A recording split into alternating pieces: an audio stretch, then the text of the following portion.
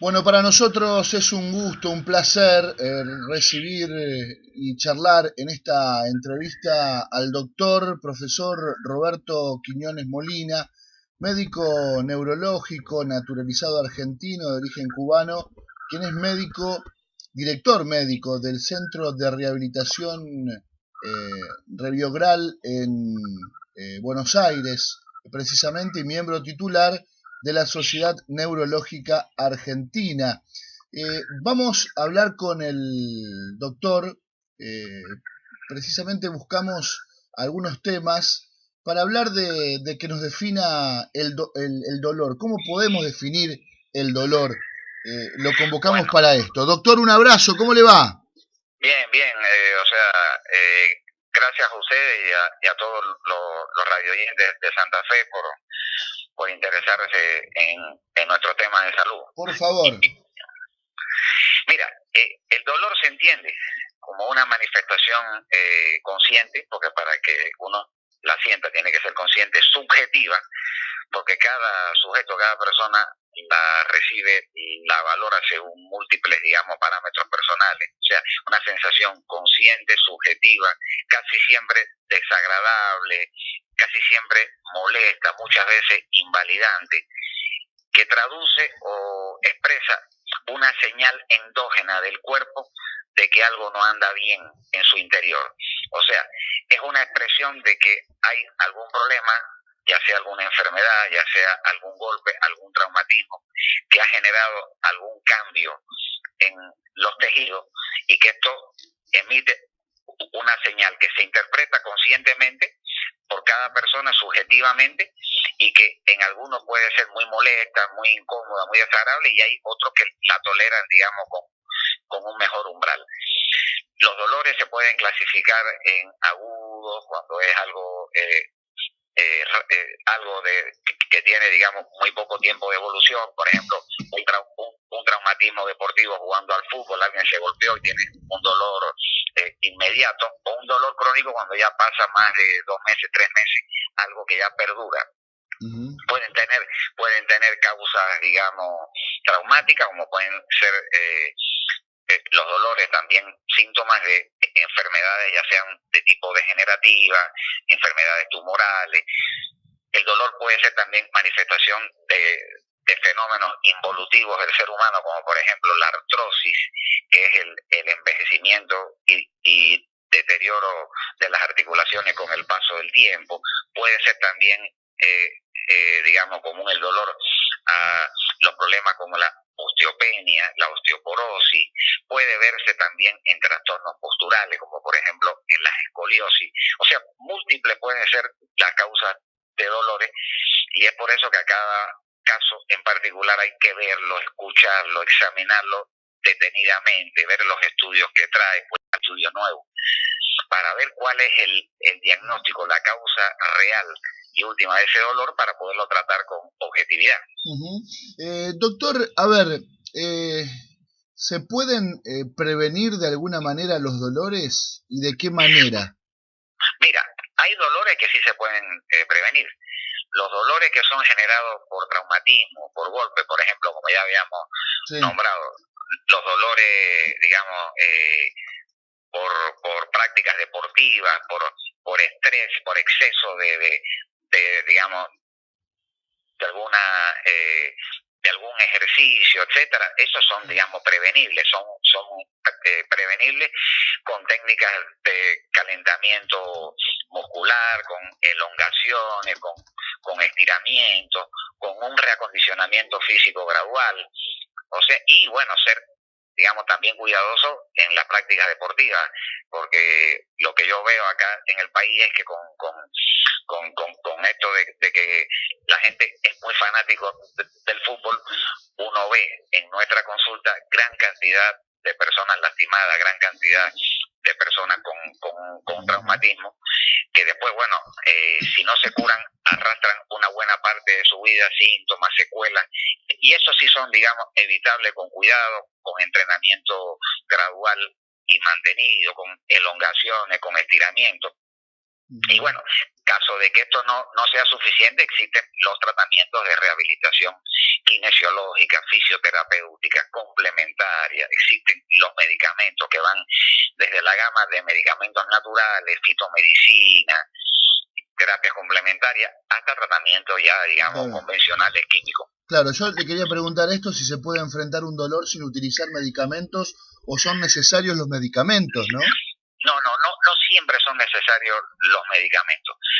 Hay casos cuya causa o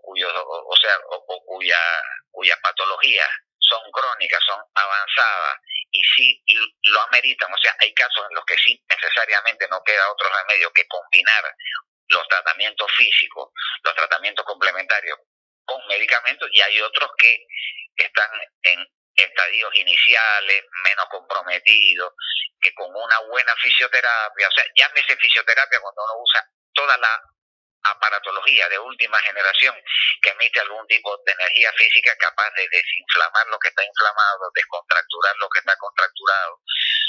Por ejemplo, la decaterapia, la onda de choque, la magnetoterapia de última generación, el ultrasonido, la electroanalgesia, el láser, la termoterapia o calor.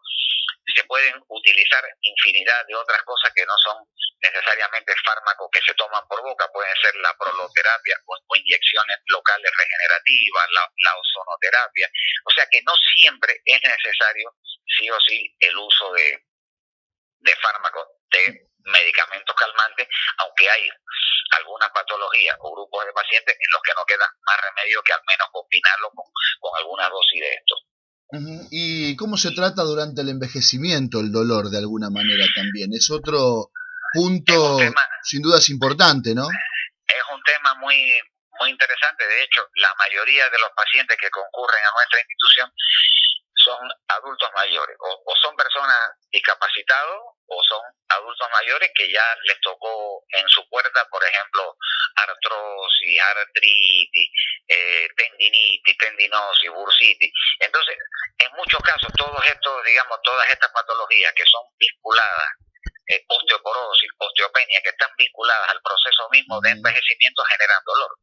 Y entonces, precisamente, con la ayuda, con la combinación de todas estas terapias que ya enumeré, repito, todas las variantes de fisioterapia de última generación, con una kinesiología apropiada, con terapias posturales, con masajes, con terapias complementarias como por ejemplo acupuntura sin aguja. O sea, estamos empleando acá en Reyogral desde hace 1 año y 6 meses un tipo de acupuntura japonesa que llegó ya al país hace más o menos 3 años, en el cual se usan los microconos japoneses, que son unos dispositivos fabricados con nanotecnología, que tienen una especie de mini disco, que tienen micro agujas, o sea, agujas microscópicas en una curita que se pega en los puntos de dolor o en los puntos acupunturales. Es totalmente indolora, se deja puesto sobre la piel del paciente, el paciente se lo lleva puesto, y como es totalmente indoloro y tiene un efecto duradero, esto también complementa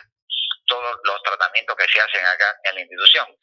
Y tiene un efecto tan fuerte, tan poderoso como el de la acupuntura misma, sin el dolor que causan las agujas chinas, y un efecto más prolongado porque el paciente se lo puede llevar puesto, a diferencia de las agujas chinas que hay que retirarla antes de que el paciente termine la sesión. Bueno, estamos hablando que ayudan a mejorar, ¿no? De alguna manera. Sí. Nosotros, así, digamos, si miramos fríamente las estadísticas, yo puedo decirle que de cada 10 pacientes que concurren a la institución, en un promedio de entre 7 y 8 pacientes se van notablemente mejorados de su sintomatología inicial.